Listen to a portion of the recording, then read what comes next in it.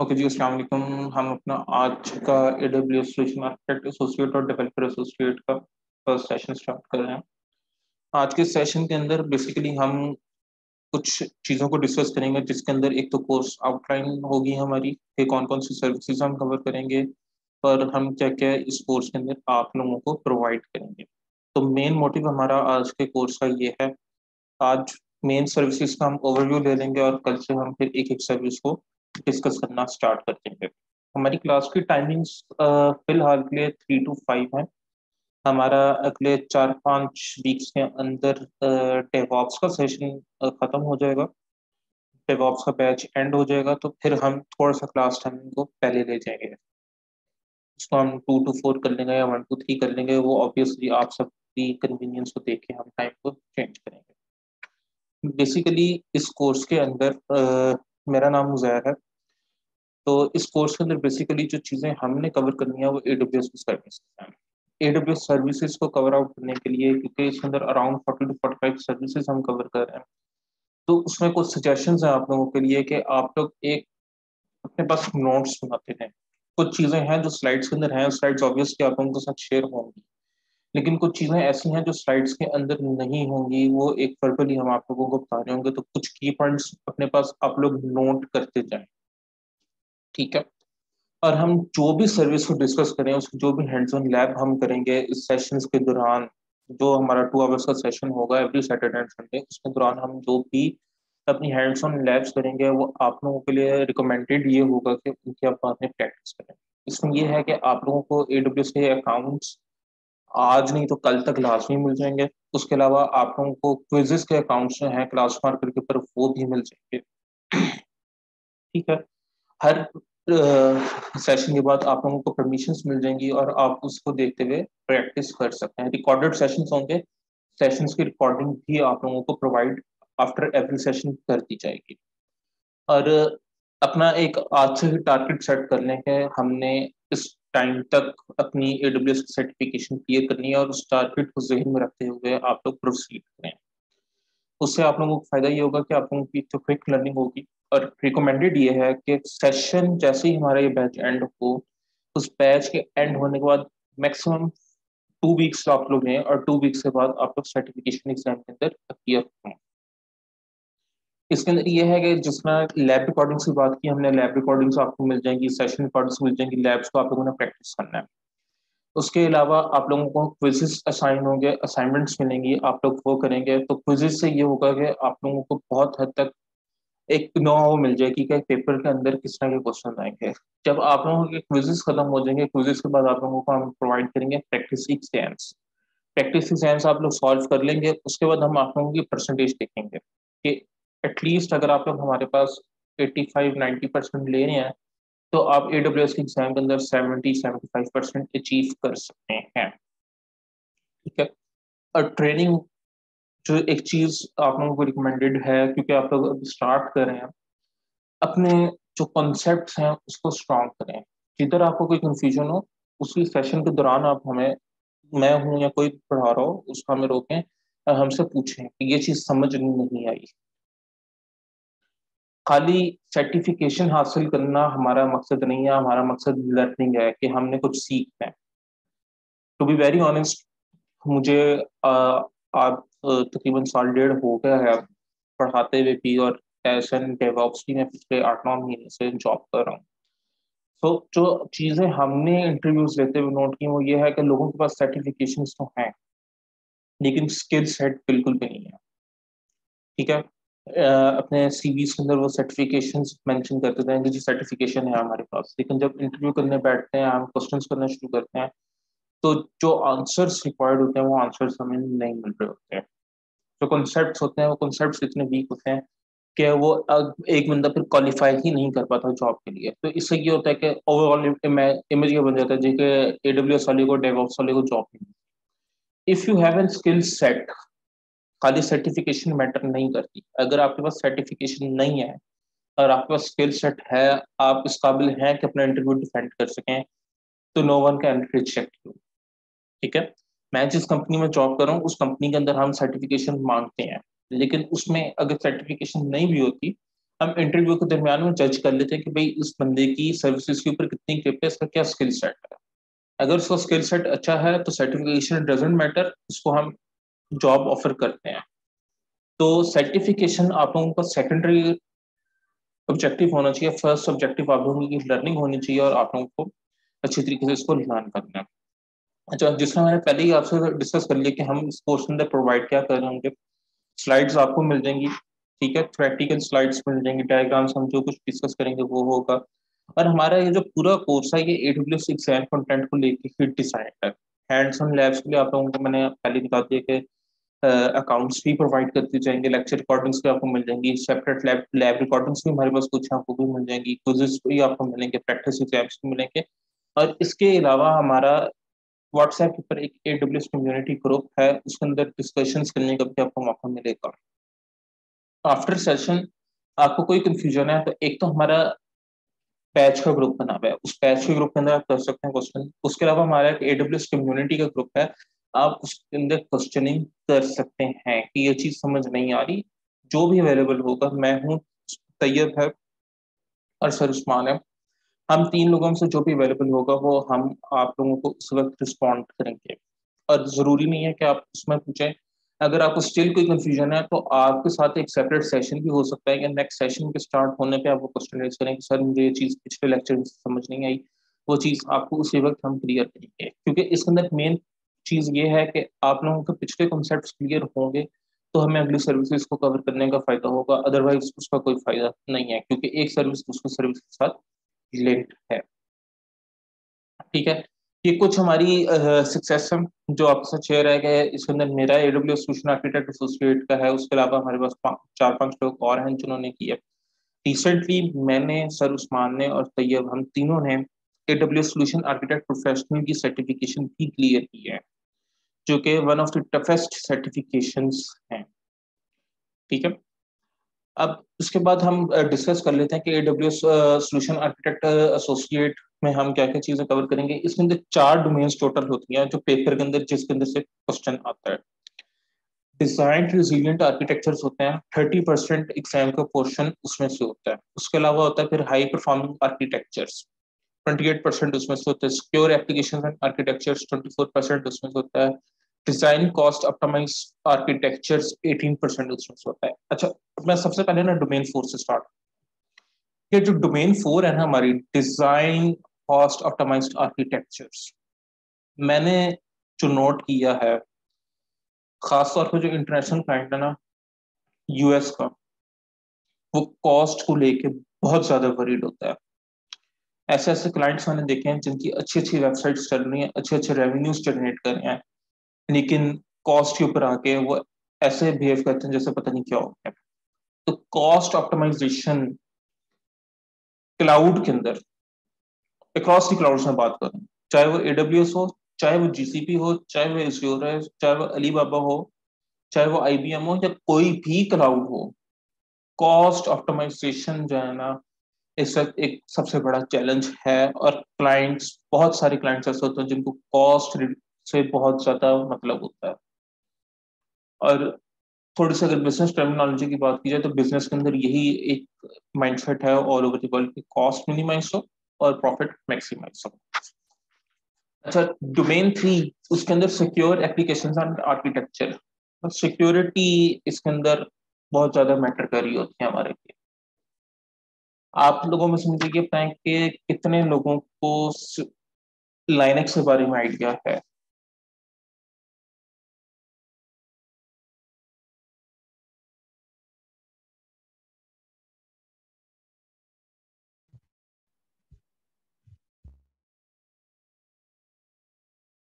Basics, Numan आपको भी basics आती हैं, हमजा आपको भी बेसिक्स आती हैं।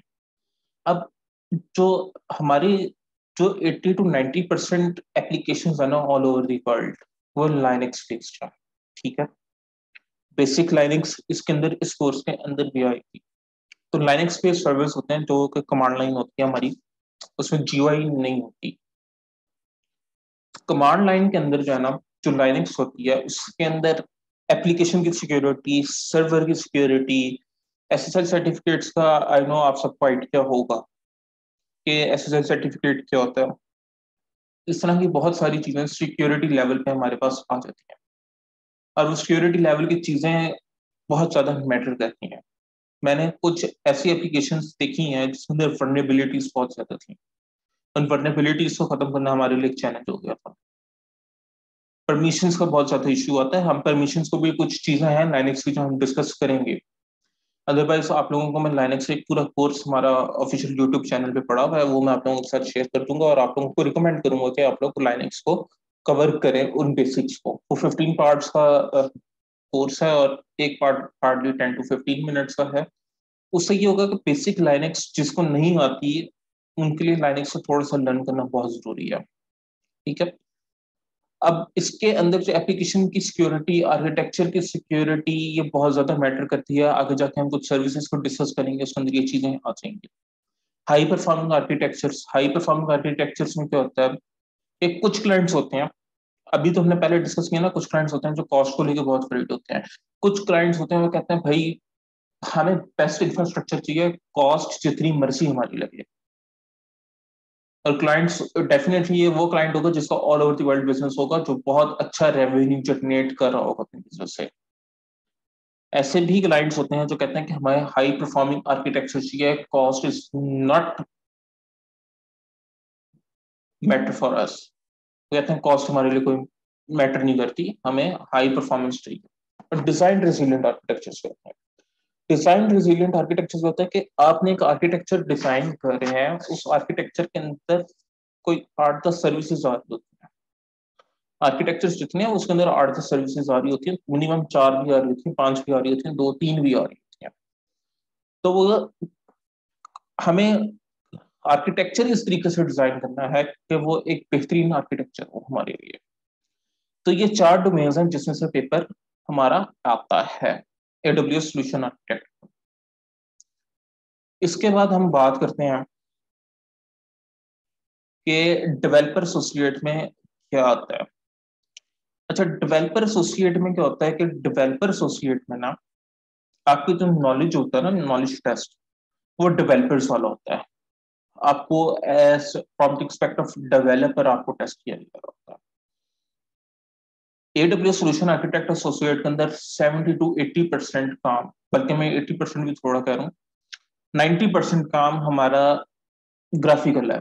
आपने सिंपल क्लिक्स करने हैं, आपने कुछ चीजें टाइप करनी है, आपने आर्किटेक्चर डिजाइन कर दिया। डेवलपर एसोसिएट में टोटल कमांड लाइन काम है। यूआई काम उधर भी है, लेकिन कमांड, ये जो पेपर होता है इसका डेवलपर एसोसिएट का, वो कमांड लाइन की बेसिस पर टेस्ट होता है आपके पास। ठीक है। अब इसके अंदर हमारे पास 2 क्वेश्चन टाइम होते हैं, मल्टीपल चॉइस क्वेश्चंस दोनों में होते हैं, सॉल्यूशन आर्किटेक्ट एसोसिएट में भी होते हैं, डेवलपर एसोसिएट में भी होते हैं। ठीक है। मल्टीपल चॉइस में एक करेक्ट रिस्पॉन्स होता है, 3 इनकरेक्ट होते हैं। और इसके अंदर सबसे बड़ी चीज ये होती है कि आप जब ऑप्शंस पढ़ेंगे आगे जाके तो आपको लगेगा कि चारों करेक्ट हैं, लेकिन उसमें से एक करेक्ट होती है, और वो डिपेंड करता है आपके कॉन्सेप्ट्स के ऊपर। ठीक है। कुछ क्वेश्चंस होते हैं मल्टीपल रिस्पॉन्स, जिसके अंदर 2 और 3 दो 3 4 करेक्ट ऑप्शंस आपको सेलेक्ट करनी पड़ती हैं 5 ऑप्शंस में से, वो एक आपके लिए मैटर कर रही होती हैं।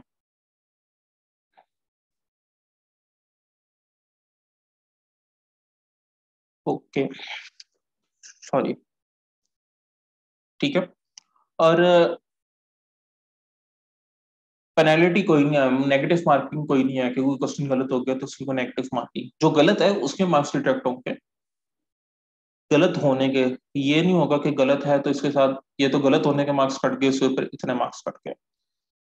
दोनों पेपर्स में डेवलपर एसोसिएट हो या सॉल्यूशन आर्किटेक्ट एसोसिएट हो, दोनों केसेस के अंदर 1000 मार्क्स का पेपर होता है, 60 to 65 क्वेश्चन होते हैं। उसमें से आपने 1000 में से 720 मार्क्स ऑब्टेन करना आपके लिए लाजमी है, 720 वाला पास होता है। ठीक है। अच्छा, यहाँ पे एक क्वेश्चन मेरे पास आया है कि जरूरी है कि फंडामेंटल को हम क्लियर करें। जो क्लाउड प्रैक्टिशनर होता है, फंडामेंटल का पेपर जो क्लाउड प्रैक्टिशनर है वो क्लियर करना जरूरी नहीं है। अगर आपने क्लाउड प्रैक्टिशनर नहीं किया हुआ तो आप डायरेक्ट सोल्यूशन आर्किटेक्ट एसोसिएट के पेपर के अंदर अपीयर हो सकते हैं, आप डेवलपर एसोसिएट के पेपर में डायरेक्ट अपीयर हो सकते हैं। अगर आपका स्किल सेट इतना अच्छा है, प्रोफेशनल के पेपर में डायरेक्ट अपीयर होते हैं, नो इशू, कोई डिपेंडेंसी नहीं है। ठीक है। अच्छा, ये डेवलपर एसोसिएट की जो के पेपर पैटर्न है, अब हम उसको डिस्कस कर लेते हैं कि डिप्लॉयमेंट में से 22% को पूछा जाता है, सिक्योरिटी में से 26 होता है, डेवलपमेंट विद एडब्ल्यूएस सर्विसेज में से 30% होता है, रीफैक्टरिंग में से 10% होता है, मॉनिटरिंग एंड ट्रबल शूटिंग में से 12% होता है।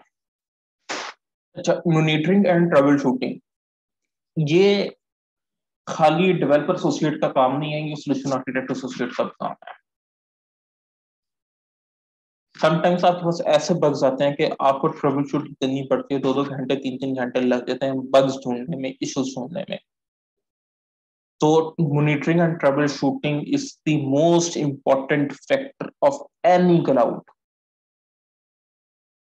क्लाउड बेस्ड एप्लीकेशन के लिए मॉनिटरिंग और ट्रबल शूटिंग मोस्ट इंपॉर्टेंट है। विदाउट इट आप सक्सेसफुल नहीं है इस फील्ड के अंदर। ट्रबल शूटिंग आपको करनी आनी चाहिए, इशू बड़ा है उसको आप रेक्टिफाई करना शुरू करें, उसको बड़े लेवल से छोटे स्केल पे आते जाएं आते जाएं आते जाएं, आपको एक टाइम आएगा कि आप एक मेन इशू के ऊपर पहुंच जाएंगे। मोस्टली मॉनिटरिंग और ट्रबल शूटिंग हम किस तरह कर रहे होते हैं, हम लॉग्स देख रहे होते हैं, सर्वर के लॉग्स देख के हम देख बता रहे होते हैं कि इशू क्यों आ रहा है, क्या है, क्यों है, कैसे है, किस वक्त आया था, क्यों आया था। ये बहुत इंपॉर्टेंट फैक्टर होता है। और ट्रबल शूटिंग और मॉनिटरिंग पे क्लाइंट्स को अगर सेटिस्फैक्ट्री रिस्पॉन्स नहीं मिलता, यकीन करें क्लाइंट प्रोजेक्ट्स बंद करके चले जाते हैं। I have face this. तो क्लाइंट एक आया, उसने कहा कि मेरी एप्लीकेशन के अंदर एक मसला है। अब जब हमने ट्रबल शूटिंग करनी शुरू की, हमने देखा उसकी डिटेल्ड मॉनिटरिंग इनेबल्ड ही नहीं थी। अब विदाउट डिटेल्ड मॉनिटरिंग हम उसको कुछ नहीं बता सकते थे। हमने मॉनिटरिंग इनेबल की, हमने 12 घंटे बाद मॉनिटरिंग देख के उसको रिस्पॉन्स किया, हमें कुछ नहीं मिला और उसके अंदर कुछ था ही नहीं सस्पिशियस। क्लाइंट ने उसी वक्त हायर मैनेजमेंट को ईमेल की, उसने कहा I am closing the project and I am going. और क्लाइंट का इशू बहुत मिनिमल इशू था, मेरे ख्याल में उसको $12-13 का बिल पड़ा था जिसके ऊपर वो ये काम करके गया। तो मॉनिटरिंग एंड ट्रबल शूटिंग इसकी मोस्ट इंपॉर्टेंट। और ये आप फर्स्ट डे से नहीं सीखते, ये आप टाइम पर टाइम सीखते हैं क्योंकि मॉनिटरिंग किस तरह करनी है, ट्रबल शूटिंग किस तरह करनी है, इशू को किस तरह रेक्टिफाई करते हुए छोटा छोटा करके मेन इशू तक पहुंचना है। तो ये बाय द टाइम आप लोग सीख जाएंगे, ये इसमें घबराने वाली बात नहीं है। ओके। और यही सेम डेवलपर एसोसिएट के पेपर के अंदर है कि 720 मार्क्स आपने लेने हैं, 5 ऑप्शन होते हैं, 2 ऑप्शन होती हैं, ये चीजें हमारी बिल्कुल सेम है। अच्छा, इसके बाद अब हम चलते हैं कुछ अपनी मेन सर्विसेज के ऊपर जो आज हमने डिस्कस करनी है। यहाँ तक कोई क्वेश्चन है तो पूछें।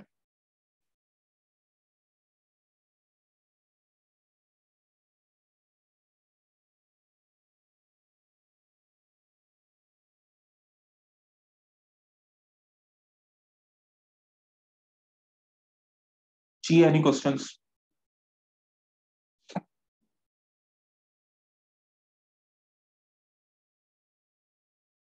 ओके, हम डिस्कस करते हैं AWS प्लेटफॉर्म को और कुछ सर्विसेज।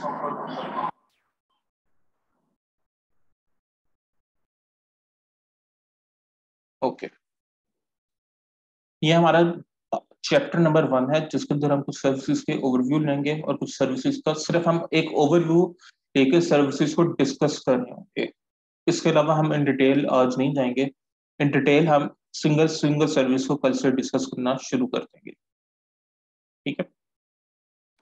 ये AWS सर्विसेज का एक ओवरव्यू है, एक ओवरव्यू चार्ट है जिसके अंदर AWS मार्केट प्लेस मुख्तलिफ सर्विसेज आती हैं, ट्रांसपोर्टर आता है, SNS आता है, CS आता है, SQS आता है, डाटा पाइपलाइन है, EMR हडूप है, कैशे है, RDS है। ये वो सर्विसेज हैं जो AWS ऑफर कर रहा है और AWS की सर्विसेज अब इससे भी ज्यादा है। AWS आपको अवेलेबिलिटी वो सैटेलाइट की, IoT की, बेतहाशा सर्विसेज प्रोवाइड कर रहा है। तो हमारी कुछ सर्विसेज हैं जो कि इस कोर्स आउटलाइन का पार्ट है, और पेपर आउटलाइन जो डेवलपर एसोसिएट और solution architect associate paper outline का। और दोनों पेपर्स के अंदर मेन चीज क्या है कि 70 to 80% कंटेंट सेम है, कंटेंट का ऐसा कोई डिफरेंस नहीं है। ठीक है, सबसे पहले हम बात करते हैं एडब्ल्यूएस के ग्लोबल इंफ्रास्ट्रक्चर की। एडब्ल्यूएस के पास 25 रीजन्स हैं और 81 availability zones at the moment हैं। अच्छा, अब रीजन्स और अवेलेबिलिटी जोन्स में हम थोड़ा सा डिफरेंशिएट कर देते हैं। अवेलेबिलिटी जोन्स जो है ना, वो रीजन्स के सब पार्ट आते हैं। ठीक है, और चलें पहले हम एडब्ल्यूएस के रीजन्स को डिस्कस कर लेते हैं, फिर हम अवेलेबिलिटी जोन्स की बात करते हैं। रीजन्स के अंदर कौन कौन से रीजन्स हमारे पास? नॉर्थन वर्जीनिया है, ओहायो है, गॉल्फ क्लाउड है। ये गॉल्फ क्लाउड जो है स्पेसिफिकली यूएस गवर्नमेंट के लिए है। ठीक है, ये यूएस फर्स्ट है। गॉल्फ क्लाउड्स दो हैं यहाँ पे बेसिकली। ठीक है, यूएस वेस्ट में है Canada, Europe, south east America, middle east, Africa, Asia Pacific, बेतहाशा रीजन्स हैं। अब रीजन्स को हम किस तरह से डिफाइन कर सकते हैं? रीजन्स को हम इस तरह से डिफाइन कर सकते हैं कि लेट से कि पंजाब एक सूबा जो है ना, हम पंजाब की एग्जांपल ले लेते हैं कि पंजाब पाकिस्तान का एक रीजन है। ठीक है, अब पंजाब के अंदर मुख्तलिफ शहर आ रहे हैं। सो एक हरारे की इसमें होती है कि रीजन जो है ना, मेन एक फिजिकल लोकेशन है। जिस तरह पंजाब की मैं बात करूं तो पंजाब के अंदर बहुत सारे शहर आते हैं ना, हमारे छोटे छोटे शहर भी हैं, बड़े भी हैं। लाहौर आ जाता है, मुल्तान आ जाता है, गुजरावाला आ जाता है, साहिवाल आ जाता है। इस तरह के बेतहाशा बेशुमार शहर आ जाते हैं। लेकिन पंजाब क्या है? एक जियोग्राफिकल एरिया है। ठीक है, कटता पॉइंट। कोई क्वेश्चन यहाँ तक है तो पूछें।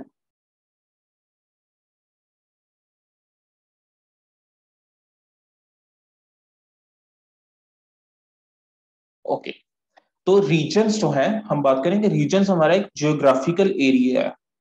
Geographical area. ठीक है, अब अवेलेबिलिटी जोन्स क्या है? अवेलेबिलिटी जोन्स हमारे फिजिकल डेटा सेंटर्स हैं।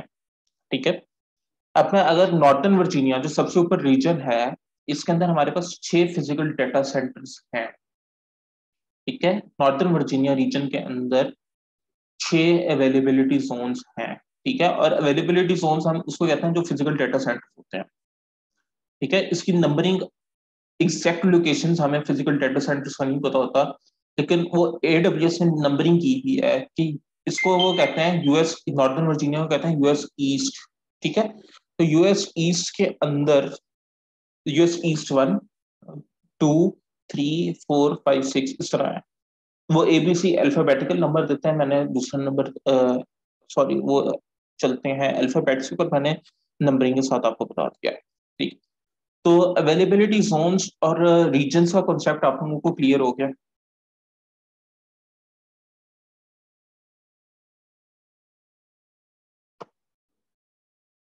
जी काइंडली थंब अप करके बता दें कि क्लियर है आप लोगों को या नहीं। ओके, ठीक है। अब जो एडब्ल्यूएस का इंफ्रास्ट्रक्चर है, वो हमने रीजन्स की भी बात कर ली, अवेलेबिलिटी जोन्स की भी बात कर ली, एज लोकेशंस की बात कर ली, regional edge caches. Edge locations जो होती हैं, एज लोकेशंस होती हैं जो कैशे के लिए ये स्पेसिफिक पॉइंट पे यूज करते हैं। मिसाल है कि इसको हम सिंप्लीफाई इस तरह कर ले रहे हैं, तब एडब्ल्यूएस का कोई रीजन पाकिस्तान के अंदर नहीं है, ना कोई फिजिकल डाटा सेंटर है पाकिस्तान के अंदर। लेकिन अब एडब्ल्यूएस के यूजर्स पाकिस्तान के अंदर भी तो एग्जिस्ट करते हैं ना। या मैं बात कर लेता हूँ, लेट से फेसबुक या इंस्टाग्राम की हम बात कर लेते हैं। तो फेसबुक और इंस्टाग्राम एक अमेरिकन बेस्ड एप्लीकेशन है, और अब उसके users all over the world हैं। ऐसा ही है। अब डेफिनेटली ये अगर यूएस के अंदर फेसबुक के सर्वर्स लगे हुए हैं, हम पाकिस्तान से बैठ के एक्सेस करते हैं फेसबुक को, तो हमें डिले मिलेगा, रिटेंसी मिलेगी। तो लेटेंसी को कम करने के लिए हम यूज करते हैं एज लोकेशंस। एज लोकेशंस क्या करती हैं कि ये हमारा डेटा कैशे करके रख देती हैं। ये सिर्फ एज लोकेशन हमें कैशे की सर्विसेज प्रोवाइड कर रहे होते हैं, ठीक है। और जो रीजनल एज कैशेज होती हैं, वो रीजनल एज कैशेज क्या काम कर रही होती हैं, एज लोकेशन और यूजर के दरमियान में रीजनल एज कैशेज आ जाते हैं। वो और ज्यादा डाटा वो कैशे करके अपने पास रख रहे होते हैं। तो एज लोकेशंस और रीजनल एज कैशेज का कॉन्सेप्ट आप लोगों को क्लियर है?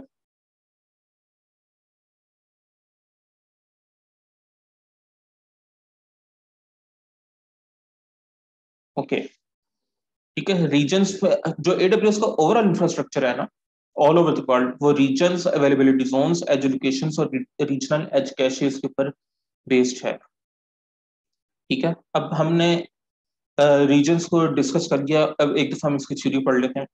AWS regions provide multiple isolated and physical separated hash connectors with low latency, high throughput, and highly redundant networking. मैंने जिसमें हमने बात की मल्टीपल आइसोलेटेड फिजिकली सेपरेटेड, ये जियोग्राफिकल होते हैं। फिजिकल लोकेशंस नहीं होती, ये जियोग्राफिकल होती हैं, ठीक है। लो लेटेंसी, ये आपस में AWS के जितने रीजन्स हैं ये आपस में इंटरकनेक्टेड हैं कि हमें लेटेंसी लो मिले, हाई थ्रूपुट मिले और हाई रिडंडेंट नेटवर्किंग, ठीक है। अब a region is a set of availability zones located geographically close to each other, ठीक है। कि जियोग्राफिकली लोकेटेड मतलब हम इसमें कर लेते हैं कि पंजाब को हमने डिस्कस किया एज ए रीजन। अब लाहौर और गुजरांवाला अवेलेबिलिटी जोन्स हो गए पंजाब के, ठीक है। और वो जियोग्राफिकली एक दूसरे के क्लोज हैं, ठीक है। तो रीजन हमारे पास जियोग्राफिकली है, अवेलेबिलिटी जोन्स हमारे पास फिजिकली है, ठीक है। This is usually indicated by availability zones within the same city. और जरूरी नहीं है कि अलग अलग सिटी के अंदर हो। मिसाल है लाहौर के अंदर ही 4 डाटा सेंटर्स हो सकते हैं AWS के, नो इशू। एक डाटा सेंटर AWS ने अपना लगा लिया मीनार पाकिस्तान के पास, एक ठोकर के पास लगा लिया, एक उन्होंने कहीं और जाके लगा दिया। तो तीन एक ही शहर के अंदर हो गए, लेकिन एक अलग अलग जगह में है। तो वो इस हिसाब से कह रहा है कि within the same city multiple आ सकते हैं। और ये AWS has deployed them worldwide to help its global customer base to take advantage of low latency connections. All over the world उसको हमने जिसमें बात की कि वो सेपरेटेड है कि वो लो लेटेंसी कनेक्शन प्रोवाइड करते हैं। Each region will act as independently and each region will contain at least 2 availability zones, ठीक है। एक रीजन, हर रीजन इंडिपेंडेंट होता है एक दूसरे रीजन से वो सेपरेटेड होता है। और ये मस्ट है कि एक रीजन के 2 अवेलेबिलिटी जोन्स लाजमी है मिनिमम 2 है, इससे ज्यादा भी हो सकते हैं। और इससे का सबसे बड़ा रीजन ही नॉर्दर्न वर्जीनिया है। यहां तक आप लोगों को क्लियर है?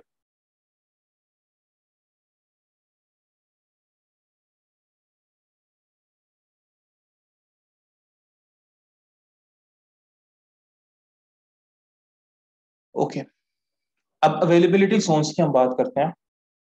तो availability zones are the physical data centres of AWS. This is where the actual computing, storage, network, database resources that provide a consumers in on a virtual private clouds. ये physical data centres हैं जिधर हमारी data store हो रहा है, हम servers अपने लगा रहे हैं, डाटा को स्टोर कर रहे हैं, अपने डेटाबेसेस बना रहे हैं, हम अपने जितने ऑपरेशंस परफॉर्म करेंगे, हम जितनी लैब्स करेंगे, वो हमारी अवेलेबिलिटी जोन्स के ऊपर बेस्ड कर रही होती है। रीजन हमारा एक होगा, नॉर्दर्न वर्जीनिया ले लेंगे हम, कोई रीजन ले लेंगे, लेकिन उसके अंदर हम अवेलेबिलिटी जोन के ऊपर बेस्ड हो रहा होता है हमारा सारा डाटा, ठीक है। और 81 अवेलेबिलिटी जोन्स हैं, 25 geographic regions around the world, ठीक है। और 27 मोर अवेलेबिलिटी जोन्स और 9 more AWS regions in Australia, Canada, India, Indonesia, Israel, New Zealand, Spain, Switzerland and United Arab Emirates. 9 AWS regions AWS announce कर चुका है कि हम इसके ऊपर वर्किंग कर रहे हैं कि सून ये भी अवेलेबल हो जाएंगे। और 27 मोर अवेलेबिलिटी जोन्स। तो आप इससे अंदाजा लगा लें कि अभी वो 81 अवेलेबिलिटी जोन्स के ऊपर है, जब वो 27 पे चला जाएगा तो ये 108 अवेलेबिलिटी जोन्स के साथ और 34 ज्योग्राफिकल रीजन्स के साथ दुनिया का सबसे बड़ा क्लाउड है और मोस्ट स्टेबल क्लाउड है।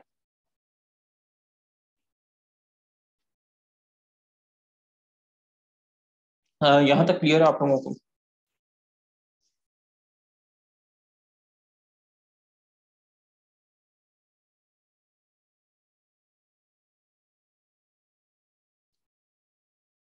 ओके, अब हम बात करते हैं एज एजुकेशन की।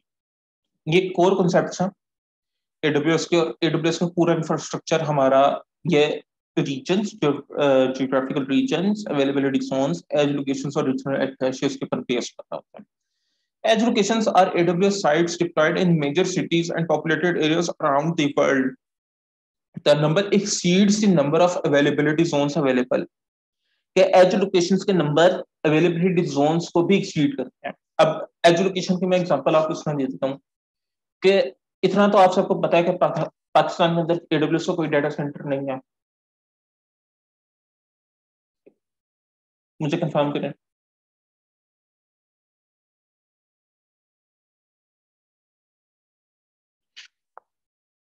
ठीक है, पाकिस्तान के अंदर एडब्ल्यूएस का डाटा सेंटर तो ही है, लेकिन एडब्ल्यूएस के यूजर्स यहाँ पे भी बैठे हुए हैं।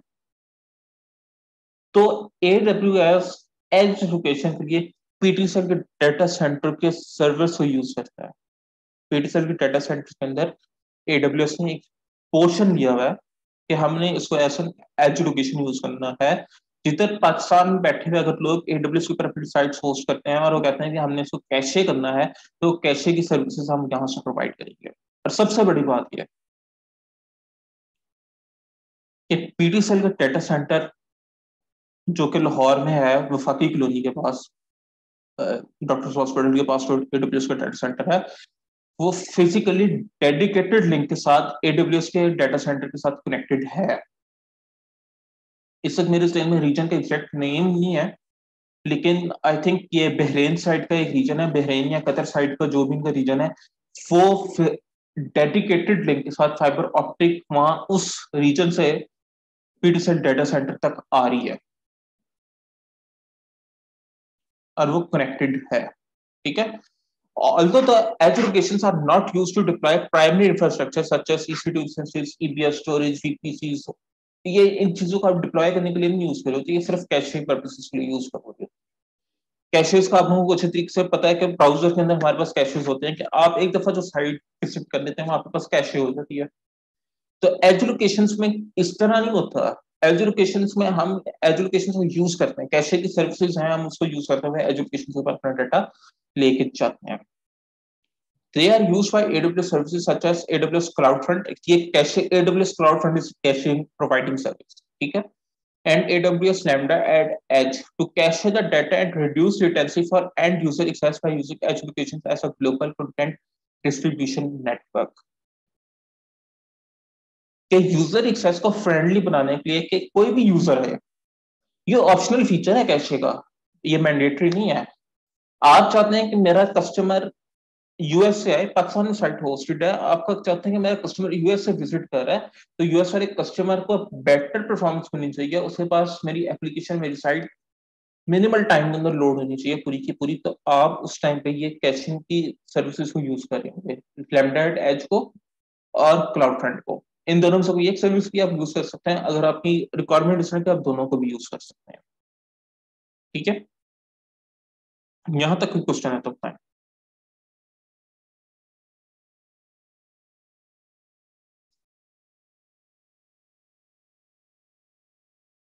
Any questions?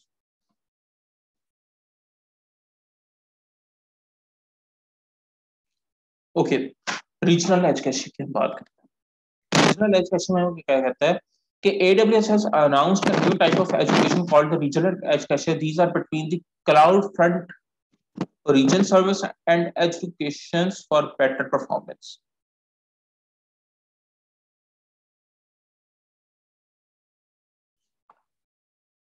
ओके, तो वो क्या कह रहा है कि जिसका मैंने आप लोगों को पहले एक्सप्लेन किया कि वो एंड यूजर और एज लोकेशन के दरमियान में एक और स्मॉल लोकेशन आ जाती है कि वहां पे भी वो डाटा को कैशे कर देती है। ठीक है, एक क्वेश्चन आया, हम उसको पहले देख लेते हैं।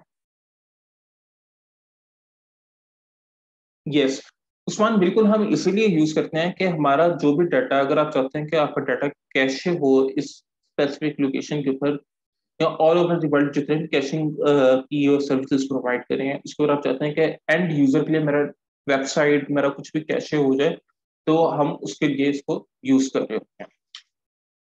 क्लियर है?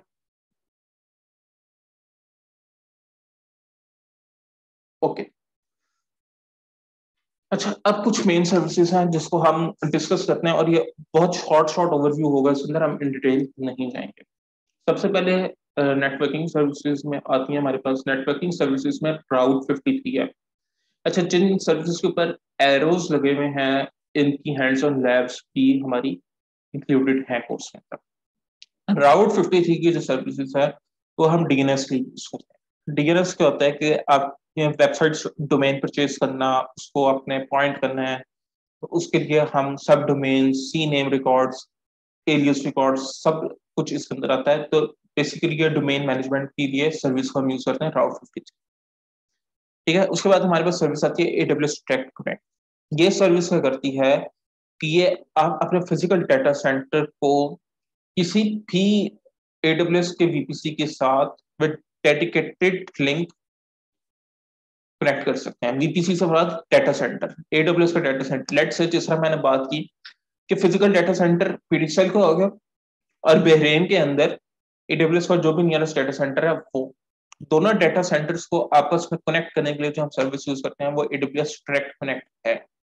और ये मोस्ट एक्सपेंसिव सर्विस है एडब्ल्यूएस की, क्योंकि एक फिजिकल फाइबर ऑप्टिक आपके डाटा सेंटर से लेके एडब्ल्यूएस के डाटा सेंटर तक जानी है, तो उसकी एक कॉस्ट है जो आपको बेयर करनी है। ठीक है, उसके बाद है वर्चुअल प्राइवेट क्लाउड।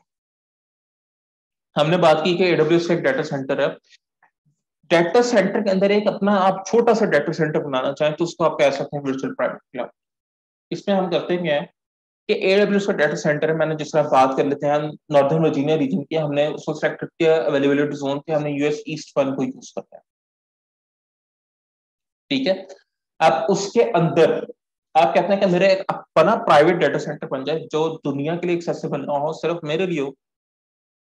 ठीक है, उसमें मैं अपनी नेटवर्किंग इस तरह से कर लूं कि उसका कुछ मेरे वर्चुअल डाटा सेंटर का कुछ पार्ट दुनिया के लिए एक्सेसिबल हो और कुछ पार्ट ना हो, तो उसको हम कहते हैं वर्चुअल प्राइवेट क्लाउड। और इसकी हमारे पास हैंड्स ऑन लैब्स होंगी। यहां तक कोई क्वेश्चन है तो?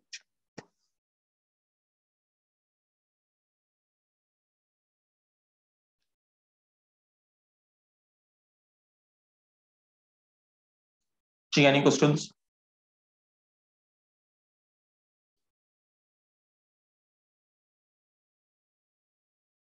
ओके, अब हमारे पास है कंप्यूटर सर्विसेज।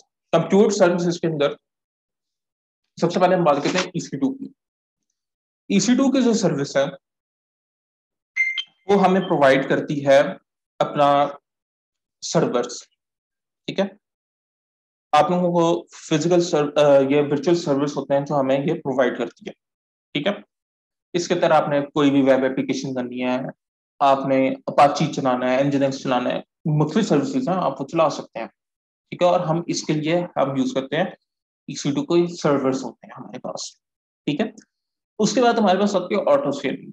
अब ऑटो स्केलिंग का काम मैं आपको इसमें एक्सप्लेन कर देता हूँ कि लेट से आज आपने डिसाइड किया कि जी मैंने एक वेबसाइट लॉन्च करनी है, एप्लीकेशन लॉन्च करनी है दुनिया के लिए, और वो एप्लीकेशन पे आपने प्रेडिक्ट किया जी मेरी on average 200 users per day आएंगे।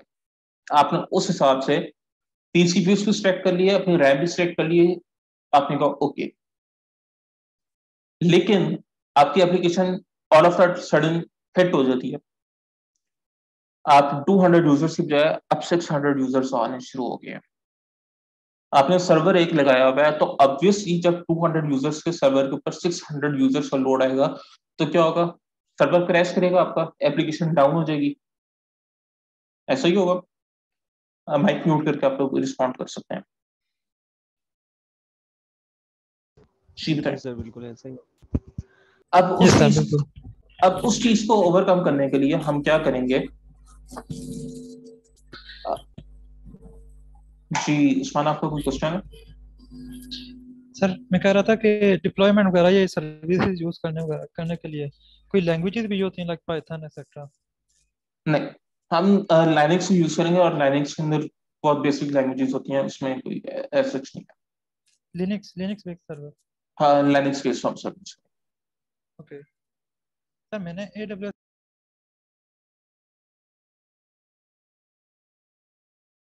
जी उस्मान, आपका क्वेश्चन था?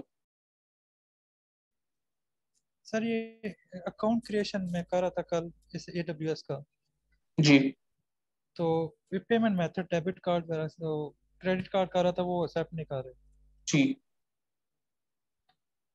अच्छा, उस्मान ऐसा है उसके अंदर के पहले जो है ना, आपके जो कार्ड्स थे वो सारे इंटरनेशनल ट्रांजैक्शंस के लिए ओपन थे। लेकिन 1 या 2 महीने पहले स्टेट बैंक की एक पॉलिसी चेंज हुई है, और बाय डिफॉल्ट अब आप सारे इंटरनेशनल ट्रांजैक्शंस के लिए ना आप लोगों के कार्ड डीएक्टिवेटेड है। तो पहले आपको कार्ड एक्टिवेट करवाना पड़ेगा अपने बैंक से इंटरनेशनल ट्रांजैक्शन के लिए, देन ये होगा। वो मैंने करवाया है। हाँ, कुछ बैंक का कार्ड वो एक्सेप्ट करता है AWS, और कुछ के कार्ड के अंदर मसला आता है। ओके। इसमें मतलब मेरा एक क्वेश्चन था। लैब्स के लिए तो अकाउंट चाहिए होगा। तो वो आपको हम प्रोवाइड करेंगे ना। ओके ओके, मतलब जिस पे हम लैब करेंगे वो अकाउंट मिल जाएगा हमें? जी जी, वो बिल्कुल हम आपको प्रोवाइड करेंगे। Thank you sir. अच्छा, जी इसका फ्री टीयर का एक मेरे पास अकाउंट था, तो उसकी ना वो इंस्टेंस मैंने एक बनाया था, उसको शट डाउन किया लेकिन उसको क्लोज नहीं हुआ, तो वो अब मुझे वो मैसेज आया हुआ था कि अब इसको आप डिलीट करें अदरवाइज चार्जिंग शुरू होगी। वो अब पूरा हो जाए, यानी फिक्स कोई रिसोर्सेज होते हैं, पूरे हो जाए तो उसके बाद चार्जिंग शुरू हो जाती है? जी बिल्कुल, उसके अंदर ये होता है कि पर मंथ ना आपके पास हर सर्विस का एक कोटा होता है। वैसे जो फ्री टीयर का अकाउंट होता है, जब आप नया अकाउंट क्रिएट करते हैं तो 1 साल के लिए वो फ्री होता है। उसके अंदर कुछ सर्विसेज हैं जो फ्री टीयर के अंदर हमारी फॉल करती हैं, और उसको उन्होंने 12 मंथ्स को ना फिर पर मंथ के ऊपर डिवाइड किया होता है। अगर तो पर मंथ कोटे से एक्सीड कर जाए ना आप, तो उसके ऊपर आपको चार्जेस पड़ते हैं। जी ठीक है, थैंक यू। ओके, तो हम ऑटो स्केलिंग को डिस्कस कर रहे थे, हम वापस ऑटो स्केलिंग की तरफ आते हैं। तो हमने बात की कि सर्वर हमारे 600 यूजर्स आ जाएंगे तो ऑब्वियसली सर्वर क्रैश करेगा। तो ऑटो स्केलिंग क्या करेगा वहां पे, कि ऑटो स्केलिंग में हम कॉन्फ़िगरेशन इस तरह के कर देंगे कि हम उसको कहेंगे कि भाई ये मेरा एक सर्वर है, इस पे अगर ऊपर 60% सीपीयू यूटिलाइजेशन इसकी पहुंच जाए तो मेरे लिए सेम आइडेंटिकल एक दूसरा सर्वर लगा दो। और उस पर भी रिक्वायरमेंट आ जाए, ज्यादा ट्रैफिक आ जाए, तो इसमें मेरे सर्वर्स लगाते जाओ, और जब मेरा लोड नॉर्मल हो जाए, दोबारा 200 यूजर्स को लोड आ जाए, तो मेरे जो एक्स्ट्रा सर्विस लगे हुए हैं उनको टर्मिनेट कर दो। तो एक बहुत बेहतरीन सर्विस है जो कि बहुत सारे लोग यूज कर रहे होते हैं। ओके, इन दोनों सर्विसेज की हैंड्स ऑन लैब्स हमारी इंक्लूडेड हैं। उसके बाद हमारे पास आ गया लोड बैलेंसिंग। अच्छा, अब हमने ये तो बात की कि ऑटो स्केलिंग को हमने कहा कि भाई सर्वर्स लगा दो, ऑटो स्केलिंग ने तो सर्वर्स लगा दिए, लेकिन अब लोड बैलेंस करना भी तो जरूरी है ना। ये तो नहीं ना कि आप सर्वर्स तो लग गए, उसने 4 सर्विस एक्स्ट्रा लगा के रख दिया है, लेकिन वो ट्रैफिक 600 यूजर्स की एक ही सर्वर पे जाई जा रही है। तो लोड बैलेंसिंग का काम करेगा कि लोड बैलेंसिंग को हम लगाएंगे with auto scaling. Load balancing का काम करेगा कि बैलेंस करते जाएगा लोड। हर सर्वर पे वो उसका काम होता है कि वो मेंटेन करे कि हर सर्वर पर सिंगल रिक्वेस्ट जा रही हो, इससे ज्यादा रिक्वेस्ट ना जा रही हो। तो लोड बैलेंसिंग का काम हमारा ये होता है, और ये हमारे हैंड्स ऑन लैब के साथ है। इसके बाद सर्विस है इनकी एक वर्क स्पेस। अब वर्क स्पेस में क्या होता है कि वर्चुअल आपको Windows 7 Windows 8 के सर्वर्स मिल जाते हैं। इसके एग्जांपल मैं आपको इस तरह देता हूँ कि आप लोगों को पता है जब कोविड आया तो बहुत सारी रिस्ट्रिक्शंस थी, आप लोगों को स्टाफ कम बुलाना है, और इनिशियली तो सब कुछ ही बंद था। ऐसे ही अब जो कॉल सेंटर्स में लोग थे उनकी तो जॉब 24/7 है। तो TRG one of the companies जो कि कॉल सेंटर सर्विसेज प्रोवाइड करती हैं, तो उन्होंने क्या किया था कि ऑब्वियसली कॉल सेंटर की सर्विसेज को हैंडल करने के लिए किसी भी एम्प्लॉय का लैपटॉप इतना कैपेबल नहीं था कि वो कॉल सेंटर की सर्विसेज को हैंडल करे। उन्होंने क्या किया कि Amazon वर्क स्पेस की सर्विस को यूज करते हुए Windows 7 Windows 8 या जो भी रिक्वायरमेंट्स है उसके अकॉर्डिंग उन्होंने वहां से सर्विस परचेज किया, और अपने सब एम्प्लॉयज को, कॉल सेंटर के एम्प्लॉयज को वर्चुअल सर्विस प्रोवाइड करके वहां पर सारी की सारी कॉन्फ़िगरेशंस करके उनको क्या कहा कि आपने वर्क फ्रॉम होम करना है और घर बैठे आपने कॉल सेंटर सर्विसेज प्रोवाइड करनी है। तो Amazon वर्कस्पेस का एक यूसेज ये है, ठीक है, और ये आपको GUI के साथ सर्विस प्रोवाइड करता है। इसके बाद है हमारे पास स्टोरेज सर्विसेज। स्टोरेज सर्विसेज के अंदर S3 है हमारे पास। सबसे पहले हम बात कर लेते हैं, S3 is an object based storage. Object का मतलब क्या होता है कि आपकी जो फाइल्स होती है ना, जो नॉन एग्जीक्यूटेबल फाइल्स होती हैं, वो हम यहाँ पे स्टोर करते हैं, ठीक है। इसकी एग्जांपल मैं आपको समझा देता हूँ कि आप लोग जब अपने लैपटॉप्स के अंदर विंडोज इंस्टॉल करते हैं तो नॉर्मली 2 to 3 पार्टीशंस बनती हैं, ठीक है, और आपकी जो बूटेबल फाइल्स होती हैं वो सी डायरेक्टरी के अंदर होती हैं, ठीक है। बाकी जो 2 डायरेक्टरीज होती हैं D और E, उसके अंदर आप अपना नॉर्मल डाटा स्टोर कर रहे होते हैं। विंडोज बूटेबल होती है ना, विंडोज की बूटेबल फाइल्स जितनी है वो आप एक पार्टीशन बना के ड्राइव C के अंदर इंस्टॉल कर देते हैं। ड्राइव D और E ये आप ऐसे सिंपल स्टोरेज के तौर पे यूज कर रहे होते हैं, ऐसा ही है। जी सर, बिल्कुल ऐसे। जी सर। तो S3 भी इसी तरह है। S3 की जो स्टोरेज है वो एक सिंपल सी स्टोरेज है जिसके अंदर आप अपनी फाइल्स को स्टोर करते हैं। यहाँ पे आप बूटेबल डाटा नहीं रख सकते, आप कोई डाटा यहाँ पे बूट नहीं करवा सकते। आप बूटेबल डाटा स्टोर कर सकते हैं, मतलब आप कहेंगे जो मैंने विंडोज की फाइल को स्टोर करना है वो कर सकते हैं, लेकिन आप कहें कि विंडोज की फाइल बूटेबल होगी, यहाँ पर सारी की कोई इंस्टॉलेशन हो जाए फोन नहीं हो सकती। इसके बाद इसकी सर्विस है ग्लेशियर। ये S3 की ही टाइप है। इसके अंदर ये होता है कि आप अपना डाटा स्टोर करते हैं एट लोअर कॉस्ट, ठीक है, और डाटा जब आपने एक्सेस करना हो तो उससे 3 से 5 घंटे पहले आपको AWS को बताना पड़ता है कि मैं डाटा एक्सेस करना चाहता हूँ, वो डाटा AWS आपके लिए विजिबल कर देता है। कॉस्ट इसके अंदर लो हो जाती है, लेकिन डाटा आपका हाइड होता है, आप डाटा एक्सेस करने की कॉस्ट पे करनी पड़ती है आपको। ये लॉन्ग पीरियड ऑफ टाइम के लिए अपने डाटा को अपना स्टोर करना हो तो उसके लिए हम सर्विस को यूज करते हैं। इसके बाद आती है EBS, इलास्टिक ब्लॉक स्टोर। ये हमारे पास है बूटेबल स्टोरेज। सर्वर्स हम जितने सर्वर्स EC2 के अंदर लगाएंगे उसके अंदर हमारे पास EBS वॉल्यूम 7 होगा। इसके अंदर हम अपना बूटेबल डाटा स्टोर करेंगे। लाइनेक्स सर्वर चाहिए, लाइनेक्स सर्वर के साथ हम वॉल्यूम अटैच करेंगे, वो बूटेबल वॉल्यूम बनेगा, उसके अंदर वो अपनी कमांड एग्जीक्यूट करेगा और एक लाइनेक्स सर्वर आपके लिए रेडी कर देगा। आपने अपाची इंस्टॉल करना है, आपने जो सर्विसेज इंस्टॉल करनी है वो आप EBS वॉल्यूम के अंदर इंस्टॉल करेंगे। तो ये हमारा EBS वॉल्यूम है, ठीक है। उसके बाद है हमारे पास एक service storage gateway. Storage gateway क्या करती है कि ऑन प्रेमिसेस सॉफ्टवेयर डिवाइसेस को क्लाउड बेस्ड स्टोरेज के साथ कनेक्ट कर देती है with secure and seamless integration, ठीक है। आपके फिजिकल डाटा सेंटर से आपने S3 के ऊपर डाटा मूव करना है तो उसके लिए आप इस सर्विस को यूज कर रहे होंगे। इसके बाद हमारे पास सर्विसेज है AWS import export. Import export की सर्विस के अंदर हमारे पास एक चीज आ जाती है स्नोबॉल, वो भी हम आगे जाकर डिस्कस करेंगे। वो एक आपको एक डिवाइस मिल जाती है, AWS आपको भेज देता है, आप उसको डाटा अपना एक्सपोर्ट करते हैं, वो आप AWS को उसके बाद पार्सल करते हैं और AWS को डाटा आपकी बताई हुई लोकेशन के ऊपर इंपोर्ट कर देगा। तो AWS इंपोर्ट एक्सपोर्ट का ये काम है। यहाँ तक कोई क्वेश्चन है तो पूछें। ठीक है सर। ठीक है सर। जी ठीक है जी, नुमान आपका कोई क्वेश्चन है? नहीं सर, क्वेश्चन। ओके, उसके बाद है हमारे पास डेटाबेस सर्विसेज। डेटाबेस सर्विसेज के अंदर हमारे पास क्या होता है, डेटाबेस सर्विसेज के अंदर हमारे पास है RDS, रिलेशनल डेटाबेस सर्विस। इसके ऊपर क्या होता है कि ये स्कीमा,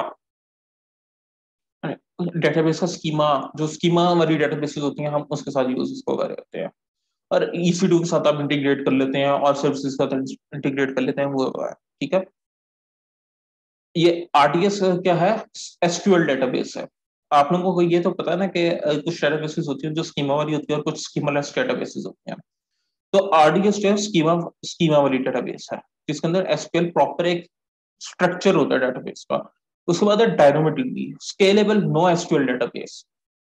इसमें कोई प्रॉपर स्कीमा नहीं होता, ये एक इंतहाई रफली डेटाबेस होता है और ये हम तब यूज करते हैं जब बहुत हैवी वर्कलोड्स आपके हों, उसके लिए हम डायनोमोडीबी को यूज करते हैं। चीज कोई क्वेश्चन है आपका?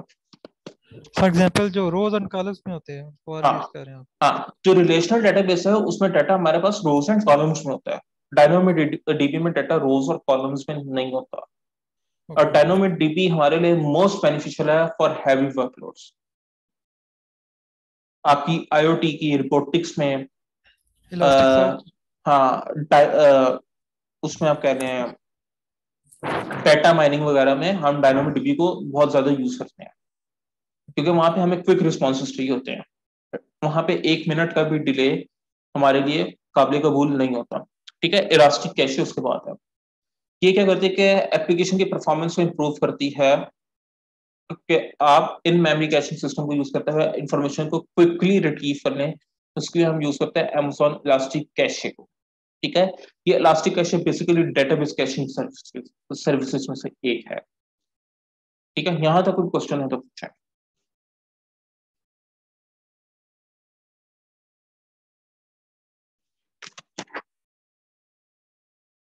ओके, और गुड। अच्छा, इसके बाद है हमारे पास एक सर्विस है एनालिटिकल सर्विसेज में से Amazon Redshift।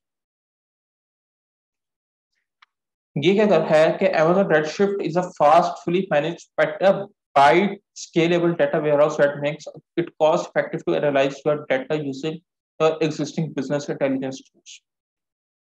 आपने अपने बहुत लार्ज अमाउंट ऑफ डाटा को एनालाइज करना हो, जिसमें डाटा माइनिंग है या और बहुत सारे सर्विस आते हैं जिसके अंदर एनालिटिक्स बहुत ज्यादा इन्वॉल्व होते हैं, जिसके ऊपर आपने एनालाइज करके कोई एक रिजल्ट कंपाइल करना होता है और मिलियंस ऑफ रोज का वो डाटा हो, तो उसके अंदर हम रेड शिफ्ट को यूज करते हैं।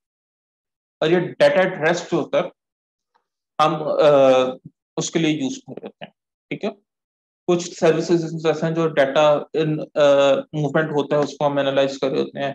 कुछ डाटा होता है जो एट रेस्ट होता है, जो कई एक अरसे से स्टोर पड़ा होता है और आपने उसके ऊपर कोई एनालिसिस परफॉर्म करने होते हैं, एनालिसिस परफॉर्म करने होते हैं, कोई रिपोर्ट्स को फाइल्स करनी होती है, तो उसके लिए हम रेडशिफ्ट को यूज करते हैं। किनेसिस, तो ये रियल टाइम स्ट्रीमिंग डाटा होता है, चलता हुआ डाटा, जो डेटाबेस में से डाटा जा रहा है आ रहा है, अपडेशन हो रही है डाटा की कंटिन्यूसली, उसके अंदर रियल टाइम एनालिटिक्स आपने प्रोवाइड करने हो।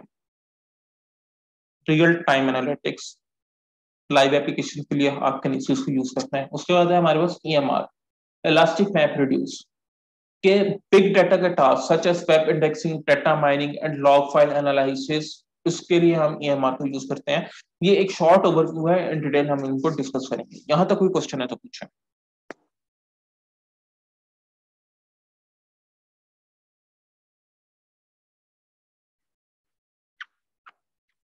ओके, उसके बाद हमारे पास एप्लीकेशन सर्विसेज। सबसे पहली सर्विस है हमारे पास SQS। इसको हम कहते हैं सिंपल क्यू सर्विस। आपको ये प्रोवाइड करती है कि क्यूज के मैसेजिंग की क्यूज हो जाती है कि अब आपने एक सर्विस से दूसरी सर्विस के साथ कम्युनिकेट करना है और उसने एक सर्विस ने दूसरी सर्विस को डाटा सेंड करना है और आप मेक श्योर करना चाहते हैं कि हमारा डाटा बेच में कहीं भी लॉस ना हो, तो वो SQS की सर्विस को आप यूज कर लें। SQS की सर्विस का तो क्या होता है कि डाटा आपका क्यू के अंदर लग जाएगा, वो एक एक करके प्रोसेसिंग करता जाएगा और आपका काम खत्म करता जाएगा। इसके बाद हमारे पास सर्विस है SNS, simple notification service. Let's say क्या आप कहते हैं, जिस हमने ऑटो स्केलिंग को डिस्कस किया था, हमने और चीजों को डिस्कस किया। लेट्स से आप कहते हैं कि कोई एक इवेंट परफॉर्म हो, उसके ऊपर उसकी बेस पर मुझे एक नोटिफिकेशन आ जाए, चाहे वो वाया ईमेल आ जाए, चाहे वो वाया SMS आ जाए, तो उधर हम SNS सर्विस को यूज करते हैं। लेट्स से हम कहते हैं कि S3 के अंदर आप कहते हैं कि कोई ऑब्जेक्ट अपलोड हो तो उसको मुझे नोटिफिकेशन आ जाए, तो S3 में जैसे कोई ऑब्जेक्ट अपलोड होगा ये आपको नोटिफिकेशन भेज देगा। ठीक है, इसके बाद हमारे पास सर्विस है SWF, simple work flow. Simple work flow क्या करता है, अब इसमें एग्जांपल मैं आपको दे देता हूँ द्रास की। आप लोग द्रास से कुछ परचेज करते हैं तो पहले आप उसको ऐड टू कार्ट करते हैं, फिर आप उसको चेकआउट करते हैं, फिर आप अपनी डिटेल्स एंटर करते हैं, फिर आप पेमेंट की तरफ जाते हैं, आप सेलेक्ट करते हैं कैश ऑन डिलीवरी, जो भी आपने सेलेक्ट करना था पेमेंट मेथड, और उसके बाद आप प्लेस एंड ऑर्डर करते हैं। तो ये एक स्टेप्स है ना, ये एक वर्क फ्लो बना हुआ है। तो Amazon सिंपल वर्कफ्लो हमें इस तरह की एप्लीकेशंस में हेल्पफुल होता है कि जब आपने वर्कफ्लो डिफाइन करना हो, जिस तरह ऐड टू कार्ट, सबसे पहले आपने ऐड टू कार्ट किया, ये वर्कफ्लो का पार्ट है। ऐड टू कार्ट करने के बाद आपने चेकआउट किया, वो भी वर्कफ्लो है। चेकआउट से पेमेंट गए, पेमेंट से आपने अपने एड्रेस एंटर किया, उसके बाद आपने ऑर्डर प्लेस किया। तो ये सिंपल वर्कफ्लो इस टाइप की एप्लीकेशंस को हैंडल करने के लिए हम यूज करते हैं। उसके बाद है हमारे पास SCS, Amazon simple email service. ये क्या करती है कि आपको ये हेल्प आउट करती है कि आपने ईमेल्स को सेंड करना हो, रिसीव करना हो, आप उसके अंदर इन सर्विसेज को यूज कर सकते हैं। ठीक है। उसके बाद हमारे पास सर्विस है क्लाउड सर्च। क्लाउड सर्च जो है वो फुली मैनेज्ड सर्च सर्विस है फॉर वेबसाइट्स और एप्स। ये वेबसाइट और एप्लीकेशंस के लिए सर्चिंग के लिए बहुत हेल्पफुल सर्विस होती है। ठीक है। उसके बाद हमारे पास एक सर्विस है रास्ट्रिक ट्रांसपोर्टर। ये क्या करती है कि आपकी मीडिया फाइल्स को मुख्तलिफ फॉर्मेट्स के अंदर कन्वर्ट करने में हेल्पफुल करती है। MP4 से आपने MP3 में जाना है, आपने JPG में से PNG में जाना है, मुख्तलिफ फॉर्मेट्स के अंदर आपने मीडिया फाइल्स को अपनी कन्वर्ट करना है, तो उसके लिए आप इलास्टिक ट्रांसपोर्टर सर्विस को यूज करते हैं। ठीक है। यहां तक कोई क्वेश्चन है तो पूछें।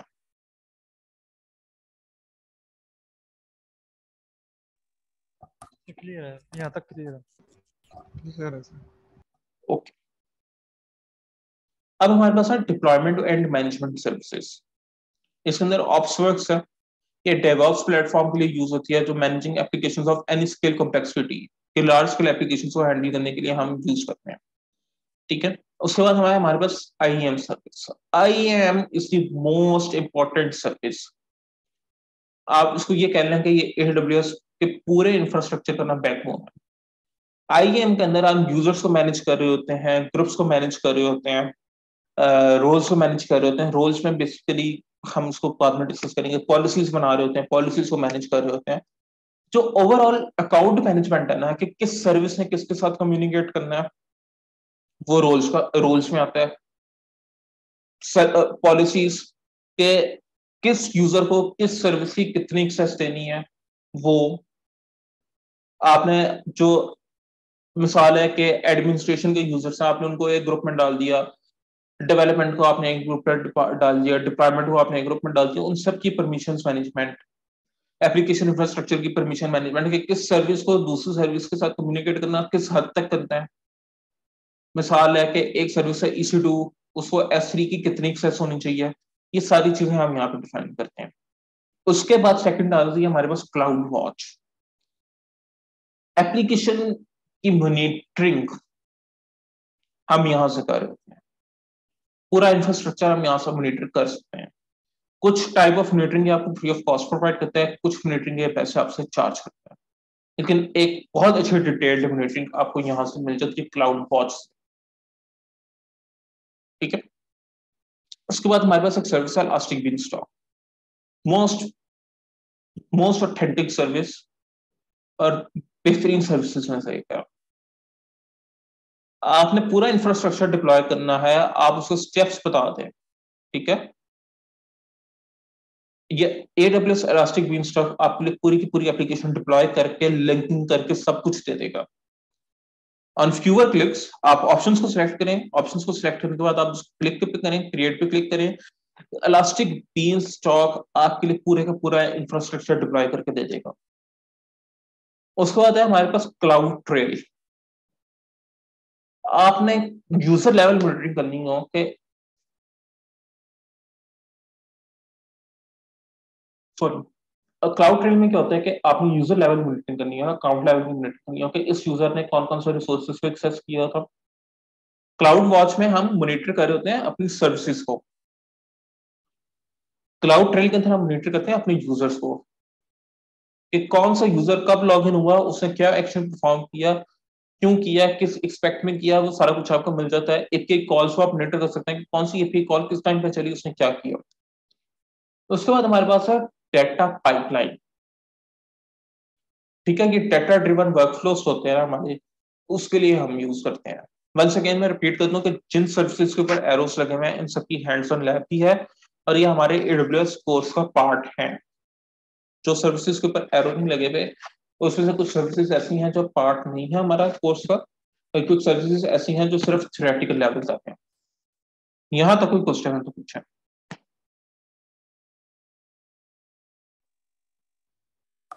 जो डिप्लॉयमेंट होती है, जब हम डिप्लॉयमेंट करते हैं, ये जी भी जीयूआई के थ्रू करते हैं या इसके लिए भी कुछ, फॉर एग्जांपल सीएमडीज वगैरह चाहिए होगा लिनक्स में जो आप कह रहे हैं? जो डिप्लॉयमेंट्स हम कर रहे होते हैं उसके ऊपर हमें डेफिनेटली कुछ लेवल में जीकेएसटी होती हैं, कुछ लेवल के ऊपर हमें कमांड लाइंस की जरूरत होती है। मिसाल है कि आपने सर्वर बना लिया, अब आपने सर्वर को डीएनएस सर्विसेज तक लिंक करना है, तो आप जीयूआई के थ्रू करें को लिंक। ठीक है, आपने सर्वर का आईपी डोमेन के रिकॉर्ड सेट्स के अंदर डालना है, तो आप जीयूआई। ये मिक्स एंड मैच है। ओके। और कोई क्वेश्चन?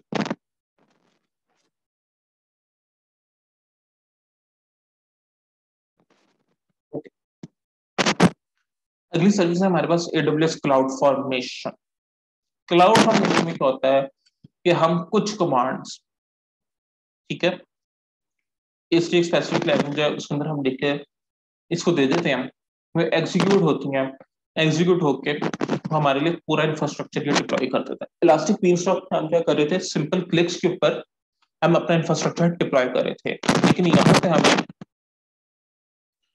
कुछ कोडिंग करनी पड़ती है। हम कुछ एक सेट ऑफ कोड लिख देते हैं उसको कि भाई ये इंफ्रास्ट्रक्चर हमारे लिए डिप्लॉय कर दो, वो सारा कुछ हमारे लिए बना देता है। ठीक है, कोई क्वेश्चन है तो पूछें।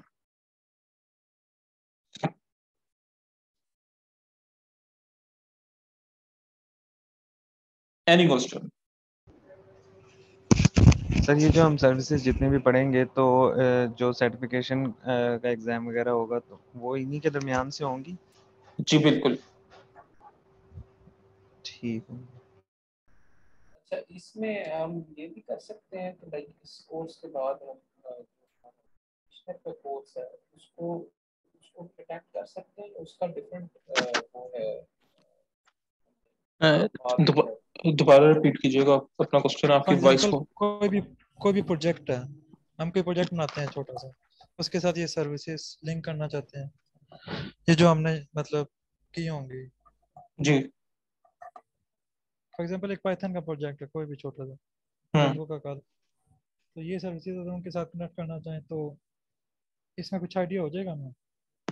देखिए, हम यहाँ पे जो डिस्कस करेंगे ना, एक लिमिटेड सिनेरियो के अंदर करे होंगे। ठीक है, हम हर सर्विस की हैंड्स ऑन लैब करने होंगे, या कुछ सर्विसेज ऐसी होंगी जो हम इंटीग्रेट करके एक प्रोजेक्ट के फॉर्म के अंदर आपको परफॉर्म करके दिखा देंगे। कुछ प्रोजेक्ट्स होंगे जो हम आप लोगों को देंगे, वो आपको परफॉर्म करना है, तो उससे आप लोगों को काफी हद तक आइडिया हो जाएगा कि किस तरह से डिप्लॉयमेंट्स होनी है। अब मतलब जेंगो है या पाइथन है, तो उस स्पेसिफिक लैंग्वेजेस को नहीं हम देख रहे होंगे, हम एक ब्रॉडर स्पेक्ट्रम इसको देख रहे होंगे, जिसके अंदर हम सारा कुछ ही कवर कर रहे होंगे। और कुछ प्रोजेक्ट्स हम सुना कि आपको दे देंगे, जिससे आप लोगों को आइडिया हो जाएगा कि ये किस तरह से होगा। ठीक होगा। इमरान, आप अपना क्वेश्चन रिपीट कीजिएगा, आपकी वॉइस बहुत लो आ रही थी। जी, मेरा क्वेश्चन ये था सर कि अगर हम इस कोर्स को क्लियर करते हैं तो मतलब वो बेसिक सा क्वेश्चन था कि हम फिर प्रैक्टिशनर के एग्जाम को स्किप करते हैं, उसको भी करके और फिर आगे चलेंगे, इसमें क्या आप सजेस्ट करेंगे?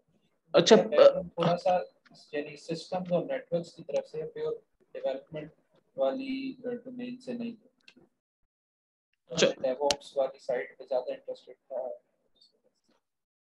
बिल्कुल इमरान, मैं आपका क्वेश्चन समझ गया। बेसिकली ये होगा कि क्लाउड प्रैक्टिशनर का जो कोर्स होता है ना, उसके अंदर आपको बहुत बेसिक्स होती हैं। ठीक है, बेसिकली बेसिक्स पूछते हो आपकी सर्विसेज से। अगर आप उसको क्लियर नहीं भी करते या आप उसको अटेम्प्ट नहीं भी करते, तो नॉट एन इशू, आप डायरेक्ट सोल्यूशन आर्किटेक्ट एसोसिएट पे जा सकते हैं। डेवलपर एसोसिएट का कोर्स मोस्ट बेनिफिशियल होता है डेवलपर्स के लिए। ठीक है, मैं भी डेवलपर नहीं हूँ, मैंने एडब्ल्यूएस सोल्यूशन आर्किटेक्ट ही किया हुआ है।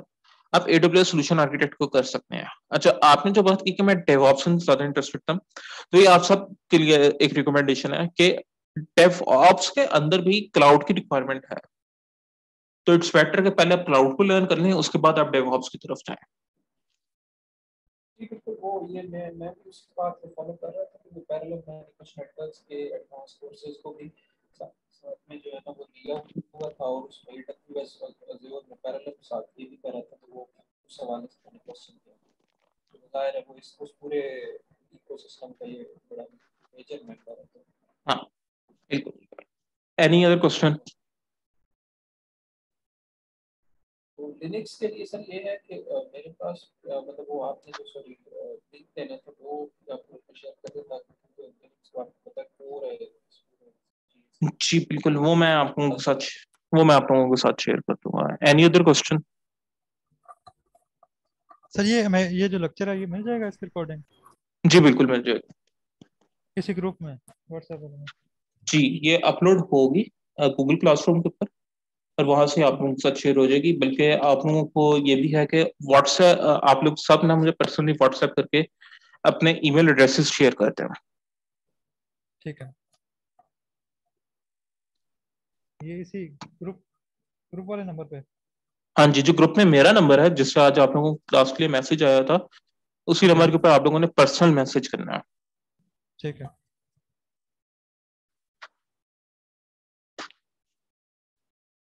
जी हमजा, आपका कोई क्वेश्चन?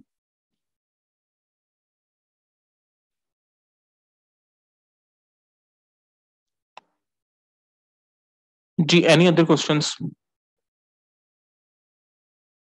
सर ये लैब्स का कोई डे हुआ करेगा हफ्ते में? नहीं, डे नहीं होगा ऐसे। उसमें ये होगा कि हम जो सर्विस, जिस तरह कल अब हमने कवर करनी है आईईएम की सर्विस, हम पहले आईईएम की थ्योरी को कवर करेंगे, उसके बाद हम आईईएम की लैब कर लेंगे। ये कल ही होगी? जी ठीक है, लेकिन ये तो काउंट होंगे तो तब होगी। हाँ जी। नहीं वो कल देखें, क्लासेस के दरमियान मैं आपको करके दिखाऊंगा। ओके ठीक है, क्लासेस के क्लास के बाद फिर आप लोगों को एक्सेस मिल जाया करेगी, आप लोग जो है लैब परफॉर्म कर लिया करेंगे। ठीक है।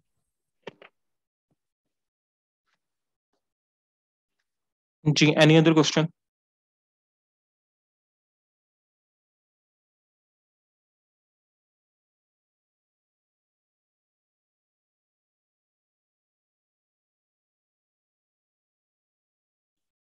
ओके, आई थिंक आप लोगों का कोई भी क्वेश्चन नहीं है। आज का सेशन हम इधर तक ही रखते हैं, ताकि आप लोग आज की चीज़ों को ज़रा कवर अप कर लें। उसके बाद देन कल से हमारा जो सेशन है वो प्रॉपरली 2 आवर्स का होगा। ठीक है? जी ओके ओके सर। ठीक है सर।